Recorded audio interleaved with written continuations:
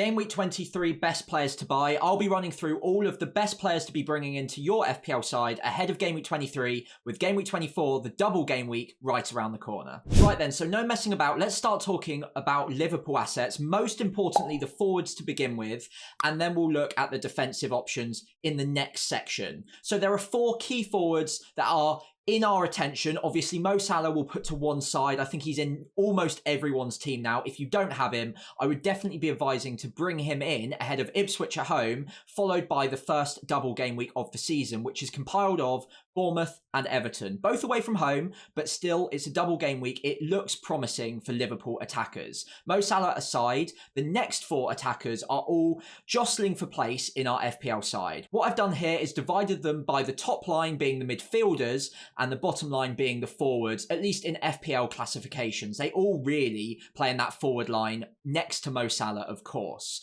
Now, Diaz and Gakpo are the most reliable picks, I would say, out of these 4. Diaz has started 6 of the last 7 Liverpool games and probably has the most pedigree when it comes to the attacking returns and consistency of attacking returns across the season so far. The data's still pretty good. 0.57 XGI per 90 is nothing to be sniffed at, and the price point at under 8 million is pretty easy to hop across to from some of our midfielders that we already have in our teams. So the likes of Gordon or Mbeumo could potentially be short-term sales to bring in the likes of Luis Diaz or Diogo Jota. We'll come on to Jota in just a moment's time, but the next player I want to talk about is Gakpo. Now, Diaz and Gakpo right now, I would say, are the 2 steady Eddie picks that you could easily be bringing in, even in game week 23, in the hope that they keep their place and they maintain that sort of high X minutes that you really need for a double game week player. Gakpo himself has actually started his last 10 game weeks, getting 6 attacking returns in that time. So he's not in bad nick himself. The data's a little bit worse than Luis Diaz at 0.53, but it's still pretty decent overall. And he does seem quite integral to the way that Liverpool are playing right now. Obviously, Slot has put his faith in him quite consistently over the last period of games. 10 in a row isn't bad at all, although one player in particular did come off the bench and put his hand up for contention over the next few game weeks. That, of course, is Darwin Núñez, who hasn't really been a factor in our sides this season at all, and also just hasn't been a factor for Liverpool either. However, they were struggling to find the win against Brentford. He comes off the bench, much to the chagrin of a lot of people on FPL Twitter, and goes and scores 2 last-minute goals to win them the game. And obviously, that is going to be really important for their title push. Now, those 2 goals aside, he's been pretty disappointing this season, and Slot hasn't really found a consistent place for him in the starting 11. He's said recently that he needs to find the best way of playing him, and he's just not been able to do so up until this point. Although bringing him off the bench, scoring 2 goals, obviously puts him in contention for this next period of games. Now, obviously, Mo Salah's place on the right-hand side is fairly secure. We don't need to worry about that. So that leaves 2 spots left over in that front 3 for Liverpool. Obviously, Luis Diaz and Gakpo, to this point, have been the most consistent and the more reliable starters. But with Darwin now putting his hand up, that will now be in contention. And Jota is never far away either. Now, Jota has the best data out of all of these players by quite a long way, 0.8 XGI per 90. But we know with Jota, there's always a starting risk because he just can't keep fit.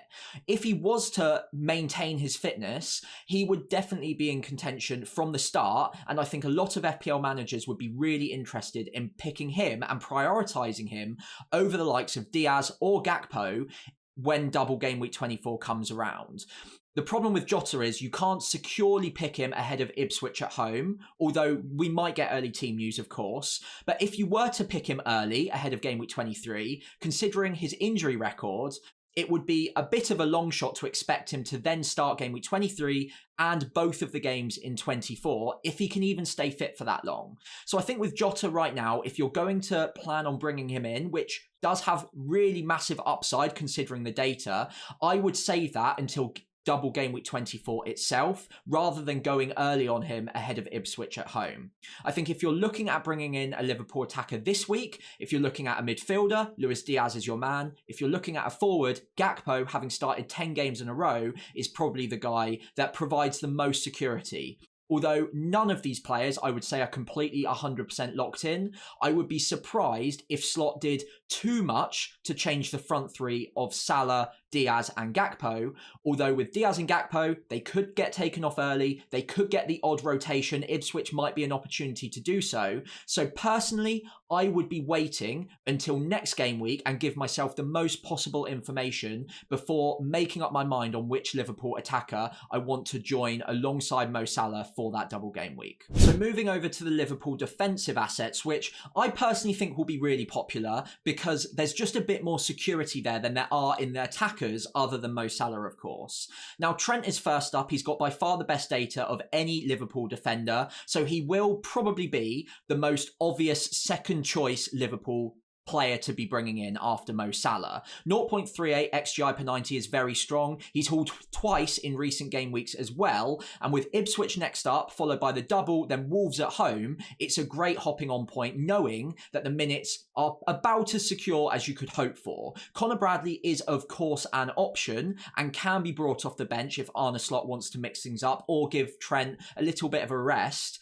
But we've seen recently, even after the shocker a couple of game weeks ago, that Trent is very much first choice and they back him to be the right back of choice for Liverpool. With the set of fixtures next up and great underlying data, I see no reason why Trent shouldn't be top of the billing for Liverpool defenders. After that, you could look at the double up because, of course, we've got 4 decent fixtures across the next 3 game weeks. Bournemouth and Everton away won't be easy for clean sheets, but Ipswich and Wolves at home, you'd expect a decent opportunity there.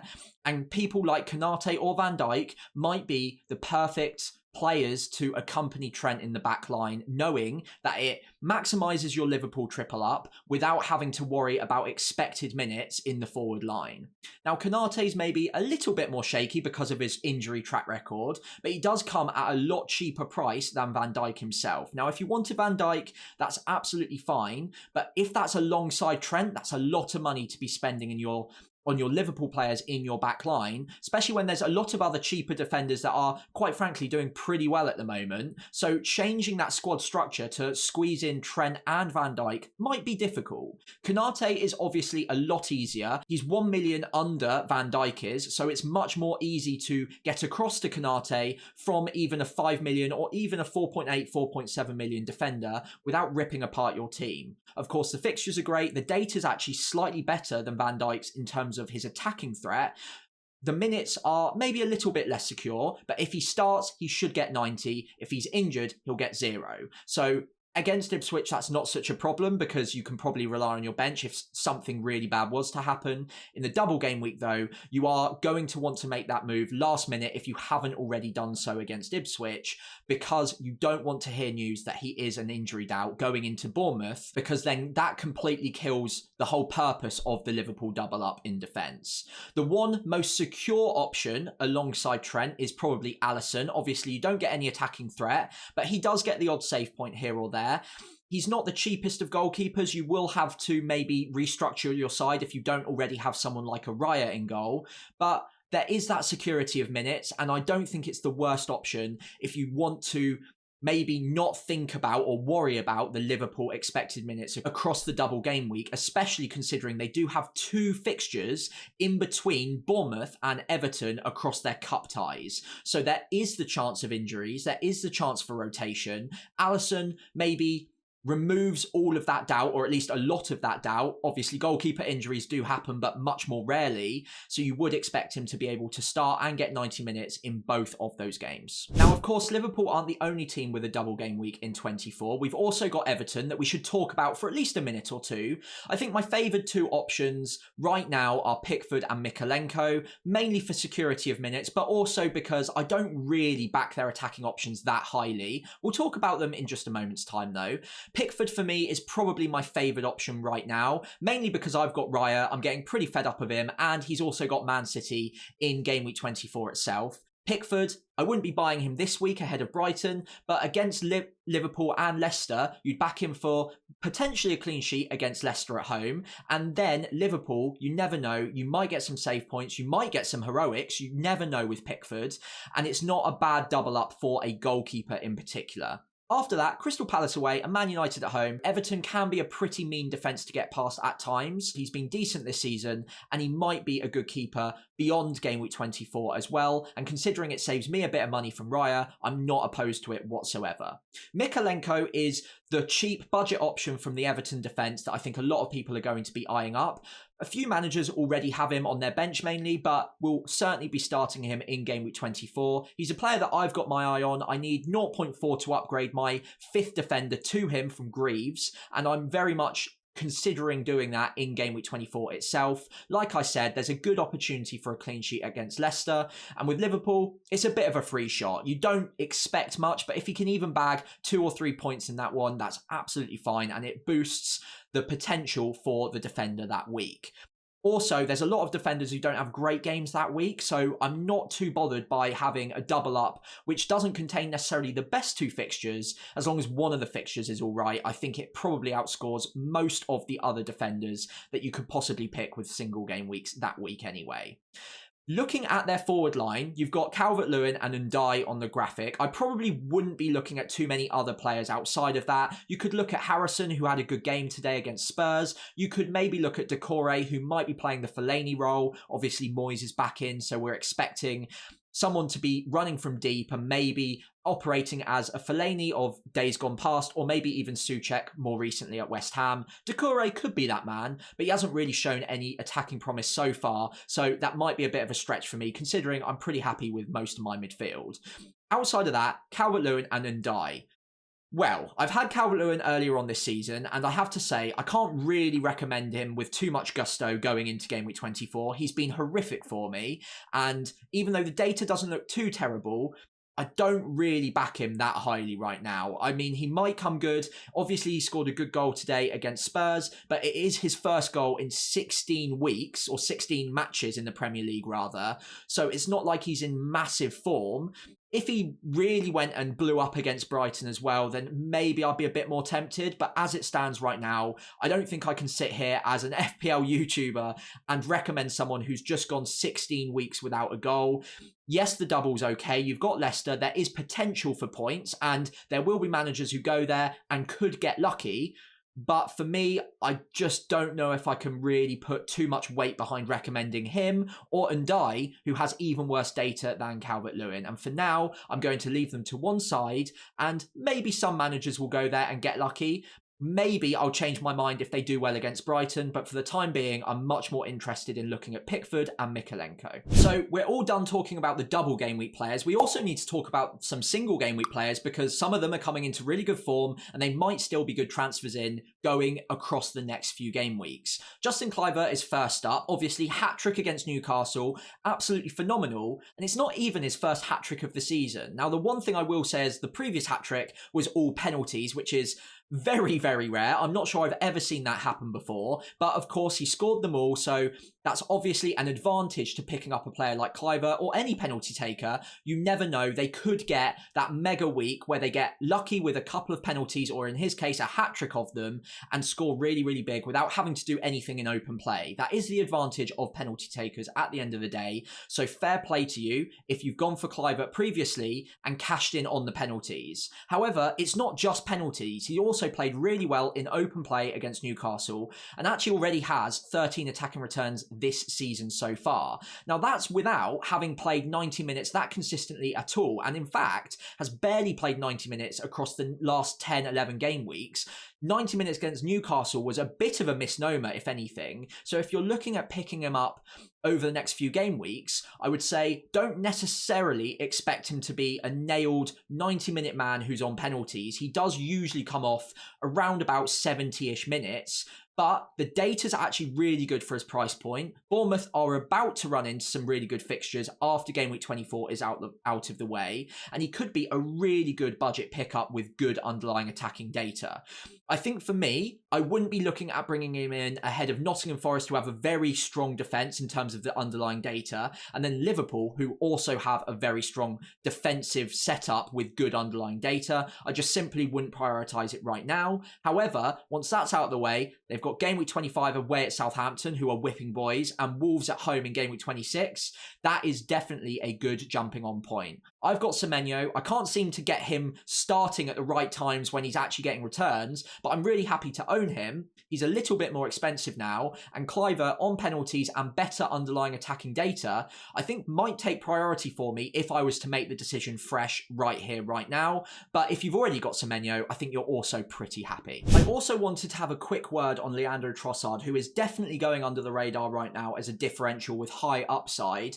With Saka out, they needed to reshuffle and maybe find a different way of picking up goals consistently. And Trossard is definitely a man that they can count on for that sort of attacking output. Now, the data across the season isn't bad, 0.41 XGI per 90. It's not amazing, but it's picking up very, very quickly now, and the minutes are also looking more and more secure. He started the last few in a row and has 3 attacking returns in the last 2 game weeks. Looking at the fixtures to come, I wouldn't be surprised if it continues either. Wolves, Man City, who are leaky, Leicester, West Ham and Nottingham Forest as a 5 is not bad going whatsoever, and at under 7 million, I like him as a differential pickup with decent attacking upside.